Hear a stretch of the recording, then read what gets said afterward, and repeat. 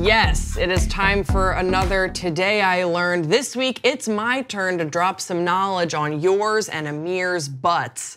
And I'm just gonna kick this one off. I got very inspired by a video that went viral. We covered it on this channel, but let's take another look at it again. This is Donald Trump trying to hold Melania's hand. Now pay careful attention to that finger motion. Does that finger motion remind you of anything? That little pinky going out there? That little pinky looking to find a home. Reminded me of something. It certainly reminded Amir and myself of something. Yesterday, we found ourselves researching pelvic spurs in snakes. Unclear of what they are, let me just read you a brief description, and don't worry, we have a video. Pelvic spurs are the externally visible portion of the vestigial remnants of legs found on each side of the vent in primitive snakes, such as boas and pythons. The remnants of a pelvis and femur, which have no connection with the spine, simply float in the muscle mass. And if you want to know what that looks like, roll the clip, Skip.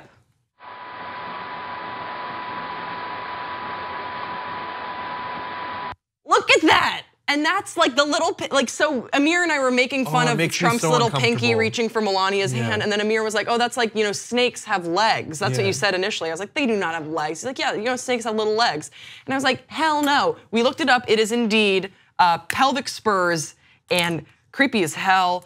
Male spurs are generally longer and more pointed than females and are used for clasping and tickling during courtship and mating. Ugh. Roll the clip again. That's tickling and mating. That's snaky sex. That's what that is. That's what that is right there. They also can be used to fight other males in some species, which really? That's such a guy thing. Yeah, I know. You know what I mean? That's like the most boring fight of all time.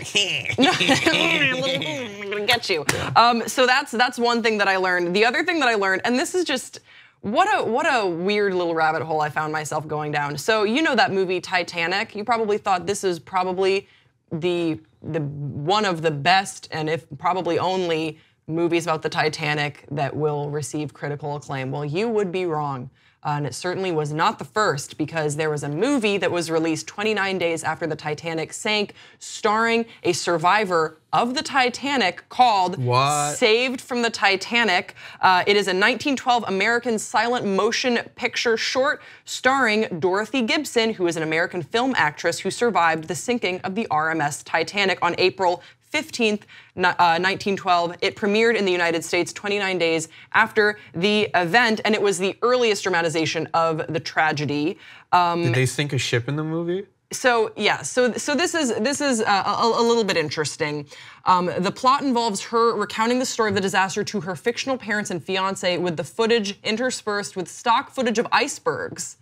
So it's not, I like how they had stock footage back then. They're like sending out these old camera crews to pick up like B-roll. I know. And then also, to add to the authenticity, Gibson wore the same clothes as the night of the disaster that she wore on there. The filming took place in New Jersey and aboard a derelict ship in New York Harbor.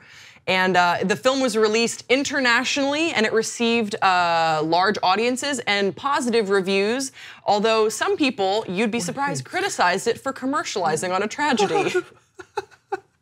Can you imagine, like, this feels a little bit too soon? Yeah. I don't know about this. I love that they had positive reviews. It was like certified fresh. Yeah, well, I was trying to find some clips of it, but unfortunately it is now regarded as a lost film. Oh, really? As the last known prints were destroyed in an Eclair studio fire in March 1914. It only lived for 2 years. People, this frustrates me about old Hollywood, because I'm a big fan of like the golden age, old Hollywood, Hollywood's first century.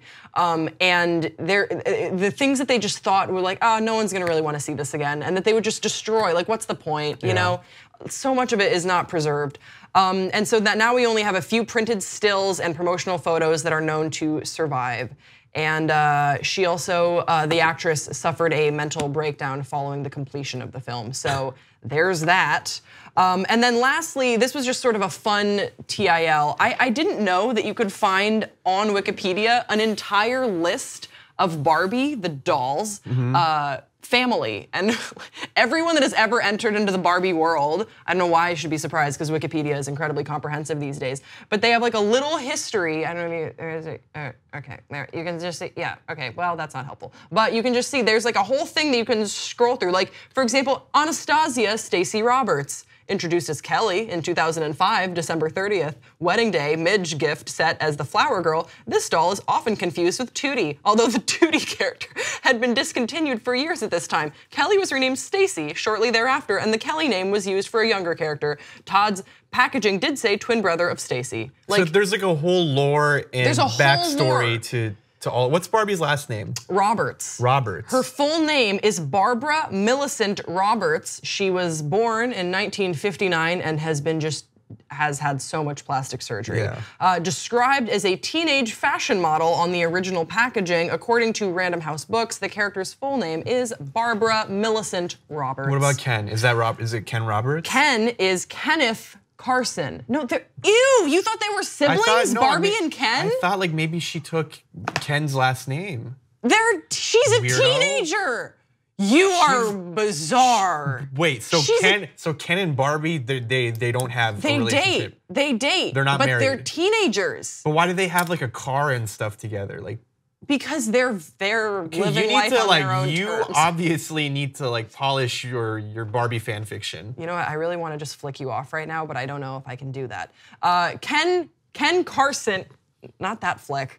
Ken Carson is the second character added to the line. Ken has been Barbie's boyfriend for much of the character's existence. I mean, that feels rough.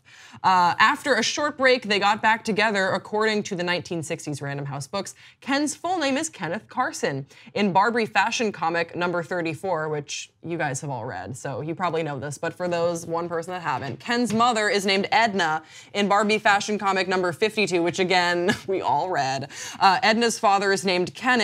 In Brazil in the 1980s, the Estrella company named the doll Bob instead of Ken from the book Barbie Doll Around the World. Yeah, I also like, they have twins named Tootie and Todd. I'm sure it's... Wait, who has twins, Grace? Barbie and Ken, they have twins? No, They're teenagers, I thought. There are twins named Tootie and Todd. They are the younger siblings of Barbie and Skipper, because Barbie's brother is named Skipper. Oh yeah, Skip, what's up? Who also directs our show. Yeah, it's actually, we have a doll directing the show, a very, very good doll. Yeah. A very animatronic Good doll. The two twins were sold together on one set. There's actually a lot about the twins. There's more about the twins than there is about Barbie, you know? Then they have a cousin named Jazzy. I could just go down this all day. But I also don't want to play with them. What led you to this particular rabbit hole? They have a grandmother. I've never seen that doll. Oh my gosh, she passed away. Barbie's grandmother, and that's so rough for like a kid to be like, here's the doll, she's dead. Like, is it rough? That's like, that's probably teaching really important life lessons. Oh no, she didn't pass away. Sorry, she passed her love of reading on to Barbie. I should have finished that. That's funny. But I wish that she'd passed away. Were you a Barbie person? Hell no. Really? No, but I do remember when my dad gave me a Snow White doll that was like made by Mattel, so it looked a lot like Barbie. I just thought she was so cute and I would have her date John Smith, but in my brain, I was John Smith because I had a John Smith doll. Nice. And I was just like, I'm John Smith. I'd be like taking Barbie out on dates as like a 6-year-old. So again, not a huge surprise when I came out. Backstories are really important, and I like that Barbie has such a dense backstory to all the characters. It's fun to flip through. I like doing this segment. Tell us some things that you learned.